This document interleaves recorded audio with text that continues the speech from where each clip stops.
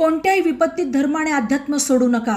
धर्माची आराधना केल्यास आत्मकल्याणाच्या दिशेने वाटचाल करता येते, असे युगप्रधान आचार्य श्री महाश्रमणजी यांनी सांगितले। येथील सकल जैन संघासह फिरोदिया परिवाराने युगप्रधान आचार्य श्री महाश्रमणजी यांच्या आयुष्य यात्रेचे स्वागत भाऊसाहेब फिरोदिया हायस्कूलच्या मैदानावर केले।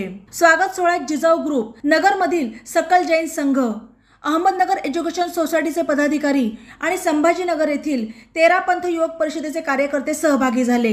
अहिंसा, संयम आणि तप ही त्रिवेणी ज्यात सामावली तोच धर्म, असे यावेळी पुढे बोलताना आचार्य श्री महाश्रमणजी यांनी नमूद केले।